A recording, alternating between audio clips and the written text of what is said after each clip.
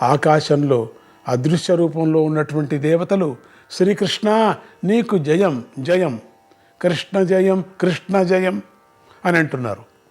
బలరామ నీకు జయం జయం. వీళ్ళు మల్లయుద్ధ వీరులు కాదు, భూమి మీద అవతరించినటువంటి రాక్షసులు. వీరిని సంహరించు, నీకు జయం జయం అని అరుస్తూ ప్రోత్సహించారు. వీళ్ళే మల్లయుద్ధ వీరులు అనుకున్నావా? వాళ్ళతో పోటీ, అటు పోటీ ఇటు పోటీ వేస్తున్నారు. ఒక్కపారి తన్ని చూపించకూడదా? ఆ మాటలన్నీ సభలో వారందరికీ వినిపించింది.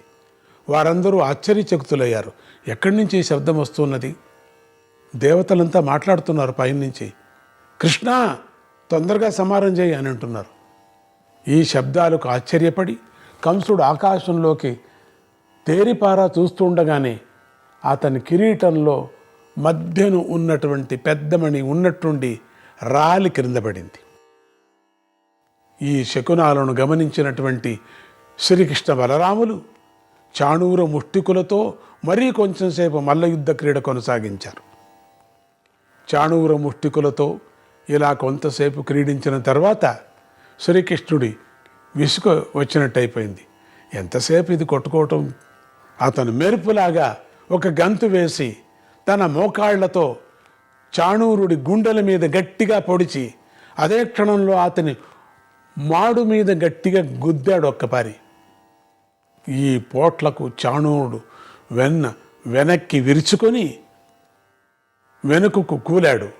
ఈలోగా కృష్ణుడు పొడిచినటువంటి పోటుకి చాణూరుడు కనుగుడ్లు ఆ వెళ్లకు వచ్చి పైకి వచ్చేసాయి. నరాల తీగలతో గాజు బుడ్డీల్లాగా వెళ్లాడాయట ఆ కళ్ళంతా కూడా. ఇది గమనించిన ఇతర మల్లవీరులు భయభ్రాంతులై దూరంగా పరుగులు తీశారట. ఇంకెందుకులే ఇది మనమని. ఈ తోషాలకుడు అనేవాడు మహాపర్వత శిఖరంలాగా శ్రీకృష్ణుడి మీదకి దూకాడు. ఒకడున్నాడు, వాడు దూకాడు. శ్రీకృష్ణుడు వాడి కాళ్లను గాలిలోనే పట్టుకొని 100 సార్లు గిరగిరా తిప్పి ప్రజల మీద వేయకోకుండా ప్రజల నుంచి బయటికి వేసేశాడు. అట్లా కొట్టి పారేశాడు. తోషలకుడు నెత్తురు కక్కుకొని మరణించేశాడు. అదే సమయానికి బలరాముడు తన పిడుగు గుద్దులతో ముష్టికుడి తల పగలగొట్టాడు, వాణ్ణి సంహరించాడు. ఈ విజయాన్ని చూసిన ప్రేక్షక జనం భయభ్రాంతులై కొంచెంసేపు నిశ్శబ్దంగా ఉండిపోయారు. ముఖ్యంగా నందగోపుడు మొదలైన యాదవ వీరులు భయంతో వణికిపోయారు. ప్రేక్షకులలో అంతఃపుర స్త్రీల కోసం ఏర్పాటు చేసినటువంటి గుడారంలో నుంచి మల్లయుద్ధాన్ని పరిశీలిస్తున్నటువంటి దేవకీదేవి శ్రీకృష్ణుడి గుర్తుపట్టి ఆనంద బాష్మాలతో ముఖం తడిసిపోతూ ఉండగా రెప్పలార్చుకోకుండా చూడసాగింది. నాయనా కృష్ణ అంటూ. రాజబంధువర్గంలో కూర్చొని ఉన్నటువంటి వసుదేవుడు కూడా తన పుత్రుణ్ణి గుర్తించి యువకుడిలాగానే కేరింత కొట్టసాగాడు. తాను కూడా అంత సంతోషపడ్డాడు. ప్రేక్షకులలో ఉత్సాహం పెరిగిపోయింది. వాళ్ళలో నాట్యకెత్తలు బలరామకృష్ణుల వంక చూస్తూ చిన్నగా నాట్యాలు చేయసాగారు. అక్కడక్కడ ఉన్నారు కదా, కొంతమంది నాట్యాలు చేస్తున్నారు. కంసుడికి మాత్రం ఒళ్ళంతా చెమటలు పట్టిపోయింది. కోపం ఎక్కువై నోటిలో నుంచి చెవుల్లో నుంచి పొగలుగా పెళ్ళు వీకింది, లోపల నుంచి వచ్చేస్తున్నది. ముఖం కందగడ్డల్లా ఎర్రగా మారిపోయింది. ఏమి చేయాలో తోసక కంసుడు కొంతసేపు లోపలే గిలగిలలాడి ఉన్నట్టుండి ఇలా అరవసాగాడు. మన సైనికులంతా ఏం చేస్తున్నారు? మన రాక్షక వీరులంతా ఏం చేస్తున్నారు? ముందు ఈ అల్లరి గోవ బాలకృష్ణుని సభామండపంలో నుంచి వెళ్ళగొట్టండి. వీళ్ళు ఒక్క నిమిషము నా కంటికి కనిపించటానికి వీల్లేదు. వీళ్ళే కాదు, ఆ నందగోపకులం నుంచి వచ్చినటువంటి గోపాలకులు ఎవరూ కూడా ఇక్కడ ఉండటానికి వీల్లేదు. ఆ నందగోపుణ్ణి తక్షణమే ఇనుప గొలుసులలో బంధించండి. ఈ వసుదేవుడు ముసలివాడని దయ చూడకండి. వాడు ముసలి నక్క జిత్తుల మారి వాణ్ణి గట్టిగా దండించండి. ఈ నందగోపుకులందరూ కూడా తెచ్చుకున్నటువంటి గోవుల్ని, ఇతర సంపదలను, ధనాన్ని కూడా నిర్దయగా లాక్కోండి అని గట్టిగా అరిచాడు. ఇక అరాజకం. ఈ ఆజ్ఞలు విన్న శ్రీకృష్ణుడు తన వల్ల తన బంధువులందరికీ గొప్ప కష్టం రాబోతుందని అర్థం చేసుకున్నాడు. ఇదంతా నా నుంచే కదా, ఇంత కష్టం నా బంధువులకి రావటం, మా నాన్నకు, మా అమ్మకు రావటం, మా తాతగారికి రావటం. దాంతో ఇతని కళ్ళు ఒక్కసారిగా ఎర్రబడిపోయాయి. కృష్ణుడు ఎవరూ ఊహించని విధంగా ఒకే ఒక్క గంతులో అతను కంసుడు కూర్చున్నటువంటి వేదిక మీదకి దూకాడు. ఇక తట్టుకోలేకపోయాడు కృష్ణుడు. అక్కడ ఉన్న శ్రీకృష్ణుడు ఉన్నట్టుండి తన ముందు కనిపించేసరికి కంసుడు నివ్వెరబోయాడు. అతను తేరుకొని ఏదో ఒకటి చేయబోయే లోపలే శ్రీకృష్ణుడు తన చేతిని వ్రేళ్లుగా కూడా గదా దండాలలాగా కఠినంగా తయారు చేసుకున్నాడు. వేళ్లను అంత బలం చేసుకున్నాడు. పుళ్ళంగోయి వాయించే వేళ్ళు, మధురమైనటువంటి వేళ్ళు ఇనప మొక్కల్లాగా చేసేశాడు. ఒకే ఒక్క పోటుతో కంసుడి మాడులోకి వ్రేళ్లను పోనిచ్చి అట్లా జుట్టుకి అతడు జుట్టు పట్టుకొని సింహాసనం నుంచి గట్టిగా క్రిందికి లాగాడు. నాన్నమ్మను అంత హింస పెట్టాడు కదా. ఆ అదిరికి కంసుడి కిరీటం దొర్లి కింద పడిపోయింది. కిరీటం కింద పడితే రాజులది అంతే, ఇంకా వాళ్ళు ఓడిపోయినట్టు. కంసుడికి ఎగశ్వాస పట్టింది. అతని మెడలో ఉన్నటువంటి బంగారు హారాలు చిక్కులు పడ్డాయి. చెవుల కుండలాలు తెగిపోయాయి. శ్రీకృష్ణుడు సింహాసన వేదిక నుంచి గట్టిగా అరుస్తున్నాడు. కంసుడి శరీరాన్ని నేల మీదకి గుంజి తాను కూడా నేల మీదకి దూకి సభాస్థలం తీసుకొచ్చేశాడు. అక్కడ ఉంది వేదిక. కంసుడి శరీరాన్ని దుమ్ములో పొర్లించాడు ఒక్కబారి. 1000 ఏనుగుల బలం గలవాడిని ప్రసిద్ధి చెందిన కంసుడు సంపూర్ణంగా నిర్వీర్యుడై కనీసం ఒక్కసారి కూడా కృష్ణుడిని ఎదుర్కొనే అవకాశం లేక నిస్సాయుడిలాగా, అశక్తుడిలాగా యుద్ధం లేకుండానే ప్రాణాలు విడిచేశాడు. జై కృష్ణ, జై జై బోలో శ్రీకృష్ణ పరమాత్మకి జై. ఇదే అత్యంత ముఖ్యమైన ఘట్టం అని అనుకున్నాం కదా. దీనివల్ల అతడికి వీరస్వర్గం కూడా లేకుండా పోయింది. ఎందుకంటే తిరిగి ఇంకోపారి యుద్ధం చేస్తేనే వీరస్వర్గం అంటారు. అది చేయలేవాడు. అసలు చేయటానికి టైం అయ్యలేదు మన స్వామి గారు. ఇస్తే కదా అసలు వాడి చేతులు కట్టిపారేశాడు. కంసుడి ప్రాణాలు పోయాయని ఖాయమయ్యాక శ్రీకృష్ణుడు అతని జుట్టు వదిలిపెట్టి అప్పటి వరకు పట్టుకున్నాడు. జుట్టు పట్టుకొనే ప్రాణాలు తీసేశాడు.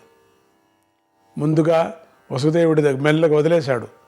ముందుగా వసుదేవుడి దగ్గరకు, దేవకి దగ్గరికి వెళ్ళి పాద నమస్కారాలు చేశాడు. నాన్న అమ్మ కదా. ఆ తర్వాత మధురా నగరంలోని ఇతర గోపశ్రేష్ఠుల దగ్గరకు కూడా వెళ్ళి నమస్కారాలు చేశాడు. కంసుడి మరణాన్ని గమనించిన సేనానాయకులందరూ భయభ్రాంతులై తలో పక్కకు తప్పుకున్నారు. కానీ కంసుడి సోదరుడైనటువంటి సునాముడు మాత్రం కోపంతో రెచ్చిపోయి శ్రీకృష్ణుడి మీదకు దూకుపోయాడు. అది గమనించినటువంటి బలరాముడు ఒకే అంగలో వాడి అడ్డం దూకి వాడి తన బాహుబంధాలతో పెప్పి చేసేశాడు. నేల మీద పడేశాడు. పట్టుకున్నాడు అంతే, వదలలేడు. కపిముట్టిలాగా. ఇలా కంస సోదరుణ్ణి కూడా సంహరించిన తరువాత శ్రీకృష్ణ బలరాములు ఇద్దరూ ఇంకా ఎవరైనా యుద్ధానికి వస్తారేమోనని అన్ని పక్కలా పరిశీలించి అటూ ఇటూ తిరిగి పరిశీలించారు. ఎవరూ ముందుకు రాకపోయేసరికి వారిద్దరూ కూడా చిరునవ్వులు నవ్వుకుంటూ క్రోధమే లేని సౌమ్యముఖాలతో తమ తల్లిదండ్రుల దగ్గరకు, బంధువుల దగ్గరకు చేరి వాళ్ళను సంతోషపెట్టసాగారు. ఇంతలో రాణులందరికీ కూడా రాణులు ఉన్నారు కదా. ఆ రాణులకు తగిన అలంకారంలో ఉన్నటువంటి రాజస్త్రీలు 100 మంది బోరున ఏడుస్తూ పరుగున వచ్చి కంసుడు శరీరం మీద పడి దీనంగా రకరకాలుగా విలపించసాగారు. వాళ్ళ ఏడుపుల మధ్య, వాళ్ళు మాట్లాడే మాటల వల్ల శ్రీకృష్ణ బలరాములకు కొన్ని కొత్త కొత్త విషయాలు తెలిసాయి. నేను చెప్పాను కదా, ఏడిచేటప్పుడు చరిత్ర చెప్తారని. ఇక్కడ చరిత్ర చెప్తున్నారు. ఇక్కడ విశేషమైన చరిత్ర చెప్తున్నారు. ఇక్కడ వీళ్ళ భార్యలు మానవాతీతమైన పరాక్రమం కలవాడని ప్రసిద్ధి పొందిన జరాసంధుణ్ణి కూడా ఈ కంసుడు పూర్వం ఓడించాడట. ఒకటి తెలుసుకున్నాడు కృష్ణుడు ఇప్పుడే, కొత్త విచారం. ఒకప్పుడు యక్షులు గుంపులు గుంపులుగా మీద పడ్డా కూడా కంసుడే జయించాడట. అవునా? ఒకప్పుడు సాక్షాత్తుగా దేవేంద్రుడితో ధనుర్యుద్ధం ఏర్పడుగా కంసుడు తన బాణాల ధాటితో దేవతలను, దేవేంద్రుణ్ణి కూడా పారద్రోలాడట. ఒక్కొక్కరు చెప్తున్నారు. ఒకప్పుడు స్వయంగా కంసుడే పశ్చిమ దిక్పాలకుడైనటువంటి వరుణుడి మీదకు దండెత్తి జయించి రత్నరాశులు తెచ్చుకున్నాడట. ఒకప్పుడు దేవేంద్రుడు కోపించి కంసరాజ్యంలో వర్షాలను నిలిపివేయగా ఈ కంసుడు తన బాణాలతో మేఘాలను వెనక్కి ఆకర్షించి తన రాజ్యంలో వర్షాలు కురిసేటట్లు చేసుకున్నాడట. మంచి మంచి విచారాలు చెప్పుకొని వస్తున్నారు. ఎక్కడెక్కడి వీరులు కూడా కంసుడు యుద్ధానికి వస్తాడేమో అని భయపడి ముందుగానే అతని దగ్గరికి వచ్చి కానుకలను సమర్పించి స్నేహం చేసుకునేవారట. ఒక భార్య చెప్తున్నది. ఇంకొక భార్య ఉంటుంది. అటువంటి కంసుణ్ణి లేత వయస్సులో చిగురాకులాగా ఉన్నటువంటి కుర్రవాళ్ళు జుట్టు పట్టుకొని నేల మీద పడేసి దొర్లిస్తుంటే కంసుడు కనీసం ప్రతిఘటన కూడా చేయలేకపోయాడంటే ఇదేం విచిత్రం. అట్లే పడిపోయాడు. చేయి కూడా ఎత్తలేదు, విడిపించుకోలేదు. వీళ్ళంతా కంసుడి భార్యలని, కంసుడి పూర్వ చరిత్ర ఇంత ఘనంగా ఉందని తెలుసుకున్న శ్రీకృష్ణ బలరాములు ఆశ్చర్యపడుతూ ఉండగానే వృద్ధశ్రీ అయినటువంటి కంసుడు తల్లి కూడా అక్కడికి వచ్చి కొడుకు తల వడిలో పెట్టుకొని వలవలా వలవలా అని ఏడసాగింది. నిజమే, తల్లే కదా. ఆమె విలాప వాక్యాలతో శ్రీకృష్ణ బలరాములకు ఒక కొత్త విషయం తెలిసింది. ప్రతి ఒక్కరూ ఏడవటం, కంసుడు యొక్క చరిత్ర చెప్పటం. బలరామకృష్ణ ఇద్దరు చూస్తున్నారు, వింటున్నారు. ఈవిడ ఇంకొక చరిత్ర చెప్తున్నది. పూర్వం రావణాసుడు దేవతలందరినీ జయించిన తర్వాత తను బంధువర్గంలో ఏర్పడిన అంతఃకల్లోలను గమనించి నేను దేవతలనైతే గెలిచాను కానీ నా బంధువర్గమే నాకు వెన్నపేటు పొడిస్తే నేను గెలవనేమో అన్నాడట. ముందుగానే అన్నాడు అని అమ్మ చెబుతూ ఉన్నది. ఓ కంస, నా పుత్ర, నీకు ఇప్పుడు ఇలాంటి గతి పట్టింది. నువ్వు దేవతలందరినీ జయించావు కానీ నీ యదువంశవం వాడే నిన్ను చంపేశాడు అని అంది. ఇలా కంసమాత రోధిస్తూ ఉండగానే వృద్ధుడై నీరసంగా దగ్గుకుంటూ ఉన్న కంసుడి తండ్రి ఉగ్రసేనుడు అక్కడికి వచ్చాడు. ఆయన్ని చూడగానే కంసమాత మరింత బిగ్గరగా రోధిస్తూ ఇలా అంది. ఆయన పెద్ద ఆయన, ఓ పవిత్రుడా, ఓ మహారాజా, ఎన్ని దుష్కృత్యాలు చేసినప్పటికీ కూడా ఇతను మన పిల్లవాడు కదా, మనలనే సూటిగా కారాగారంలో బంధించాడు, మన ఇద్దరిని ఆనందంగా బంధించాడు లోపల, సంకెళ్ళు వేశాడు కాళ్లకు చేతులకి. ఎంత పెద్దవాడు మన కొడుకు. అయినా ఈవాడ దేవేంద్రుడు వజ్రపు దెబ్బతో కూలిపోయిన పర్వతంలాగా నేల మీద పడి ఉన్నాడు పాపం.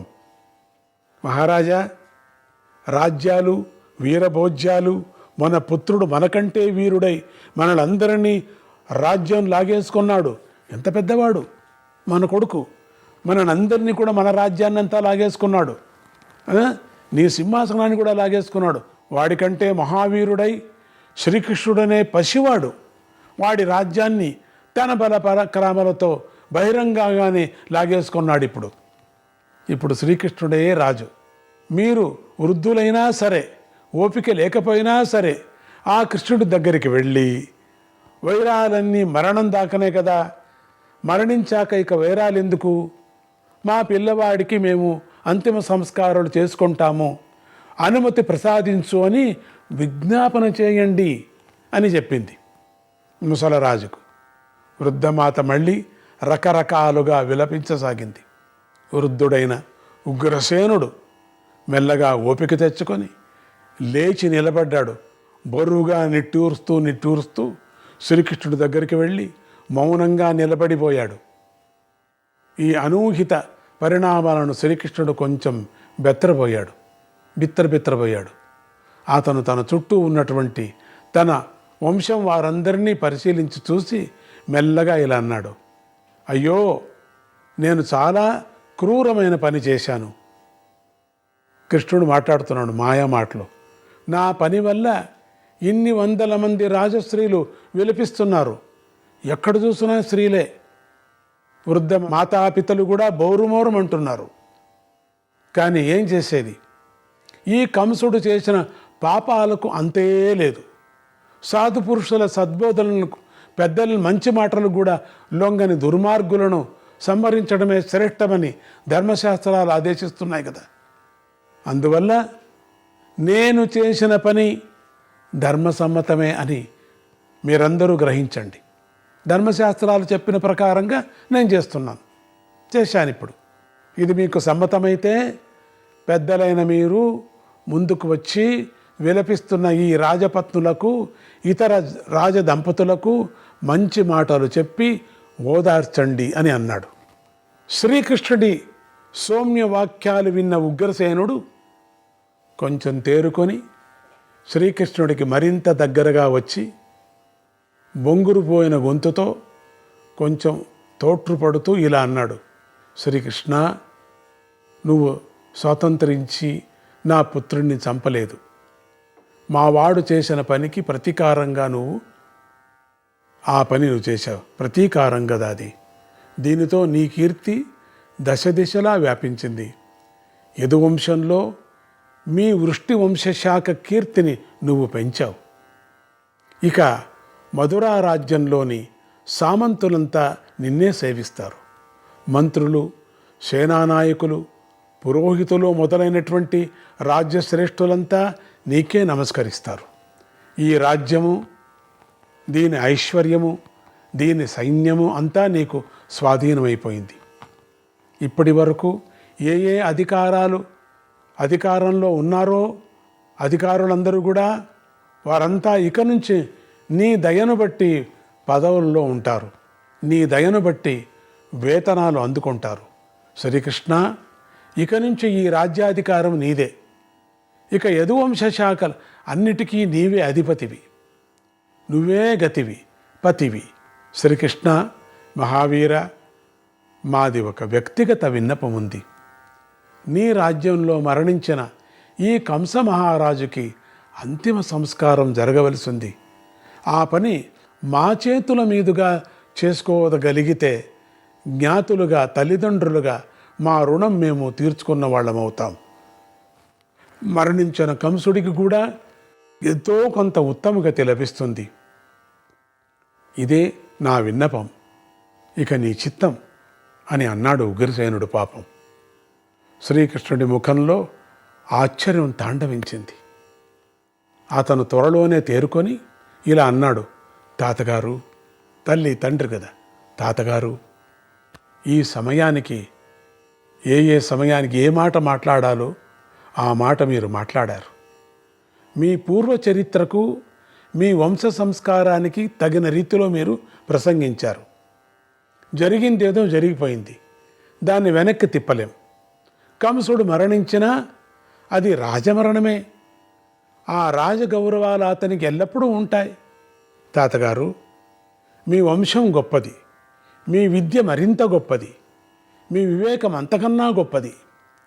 అలాంటి మీకు విధిని దాటడం ఎవరికైనా అశక్యమే అనే విషయం తెలియదా తాత? ఈ కంసుడు తాను చేసిన కర్మనే తాను అనుభవిస్తున్నాడు కదా. మృత్యువుకి ఆధీనం కాని వారు ఎవరున్నారు తాతగారు? సాక్షాత్తుగా దిక్పాలుకులతో సహా అందరూ కాలపాశానికి కట్టుబడ్డవారే కదా. నారాయణ నారాయణ, హరే కృష్ణ.